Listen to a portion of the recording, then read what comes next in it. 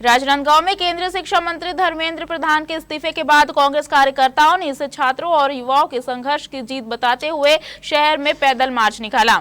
शहर जिला कांग्रेस कमेटी के नेतृत्व में निकले इस पदयात्रा में बड़ी संख्या में कार्यकर्ता शामिल हुए और नारेबाजी करते हुए प्रमुख मार्गों से गुजरे। कार्यकर्ताओं के लिए यह सिर्फ एक मार्च नहीं बल्कि राजनीतिक संदेश देने का मौका भी रहा। धर्मेंद्र प्रधान के इस्तीफे को लेकर शहर कांग्रेस ने सड़क पर उतरकर अपनी खुशी जाहिर की। कार्यकर्ताओं ने एक दूसरे को मिठाई खिलाकर जश्न मनाया और इसे शिक्षा व्यवस्था में जवाबदेही की दिशा में उठाया गया कदम बताया। कांग्रेस नेताओं ने कहा कि नीट पेपर लीक मामले को लेकर छात्र, युवा और सामाजिक संगठन लगातार आवाज उठा रहे थे। उनके मुताबिक मंत्री का इस्तीफा नैतिक जिम्मेदारी स्वीकार करने का संकेत है और इससे विद्यार्थियों की मांगों को मजबूती मिली है। पैदल मार्च के दौरान कांग्रेस ने केंद्र सरकार से शिक्षा व्यवस्था में पारदर्शिता बढ़ाने, पेपर लीक जैसी घटनाओं पर रोक लगाने और दोषियों के खिलाफ सख्त कार्रवाई की मांग दोहराई। नेताओं ने कहा कि युवाओं के भविष्य से जुड़े मामलों में किसी भी तरह की लापरवाही बर्दाश्त नहीं की जानी चाहिए। इस प्रदर्शन में शहर जिला कांग्रेस कमेटी के पदाधिकारी, पार्षद, युवा कांग्रेस, एनएसयूआई कार्यकर्ता और बड़ी संख्या में पार्टी समर्थक शामिल हुए। पूरे मार्च के दौरान कार्यकर्ताओं में उत्साह नजर आया। वहीं सुरक्षा व्यवस्था बनाए रखने के लिए पुलिस बल भी मौके पर तैनात रहा। देश के शिक्षा मंत्री धर्मेंद्र प्रधान ने अपने आप ही देश के प्रधानमंत्री नरेंद्र मोदी के हाथ में अपना इस्तीफा थमा दिया, अपना इस्तीफा दे दिया, जिसके बाद पूरे देश में अब माहौल जो है वो विपरीत रूप में नजर में आने लगी है। जिस तरीके से देश के जंतर मंतर से ये आवाज उठने शुरू हुए थे और देश के हर एक एक कोने तक के ये आवाज जो है वो जाने लगे थे, जिसके बाद अब जो है इस बार लोग जो है खुशियां जता रहे हैं।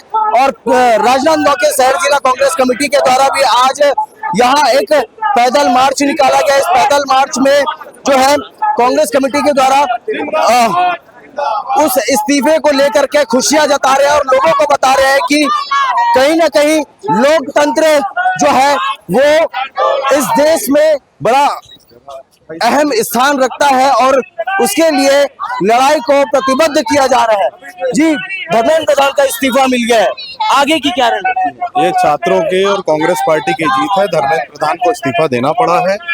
आगे हमारी बची मांगों को पूरा करे सरकार।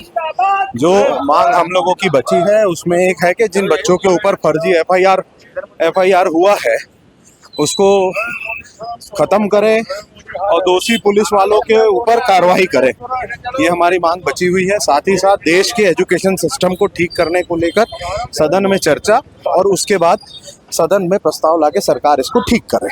कहीं ना कहीं देखा जा रहा है कि जब यह मामला बढ़ते क्रम पर गया तो जिन बच्चियों ने इस नीट पेपर के विषयों को लेकर के जिनकी मौत हो चुकी थी, उस विषय पर आपके क्या राय है? सबसे पहले मैं हमारे नेता प्रतिपक्ष और कांग्रेस पार्टी के नेता आदरणीय राहुल गांधी जी को मैं बधाई दूंगा, धन्यवाद दूंगा कि इस लोकतंत्र की लड़ाई को बहुत मजबूती से लड़े हैं और इसे राहुल गांधी के ये से मार्गदर्शन आज पूरे हिंदुस्तान उद्वेलित हुआ और पूरे हिंदुस्तान के लोगों ने जब मांग किया तब जा करके धर्मेंद्र प्रधान जी को इस्तीफा देना पड़ा है।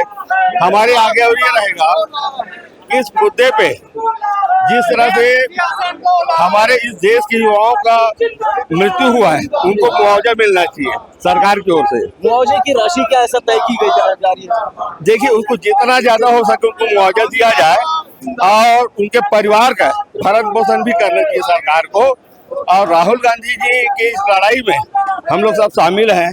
निश्चित तौर पर राहुल गांधी जी के विरोध प्रदर्शन के कारण धर्मेंद्र प्रधान को इस्तीफा देना पड़ा है। देश के इस शिक्षा मंत्री के इस्तीफे के बाद अब नजारा कुछ अलग ही देखने को मिल रहा है। पूरे भारत के हर शहरों पर, हर गलियों पर जो है कांग्रेस और तमाम जो प्रोटेस्टर थे वो लोग अब खुशियां जता रहे हैं कि देश के शिक्षा मंत्री धर्मेंद्र प्रधान का इस्तीफा मिल गया है। लेकिन मामला अभी यहीं पर ही खत्म नहीं होता है।